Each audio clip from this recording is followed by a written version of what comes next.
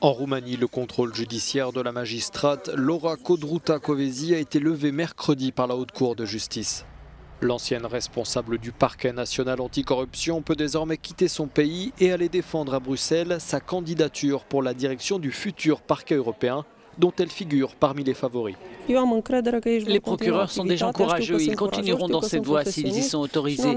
Si on voit des changements au niveau des lois pour lutter contre la corruption, ils ne pourront plus faire leur travail. Laura Codruta-Kövesi est dans le collimateur du gouvernement social-démocrate de son pays après ces enquêtes qui ont abouti à la condamnation de dizaines d'élus locaux et nationaux. La semaine dernière, elle avait été inculpée et placée sous contrôle judiciaire pour des accusations de faits présumés de corruption.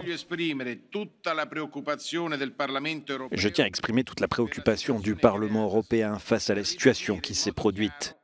Je veux qu'il soit très clair que Mme Kövesi demeure notre candidate et continue de bénéficier de notre respect et de notre soutien.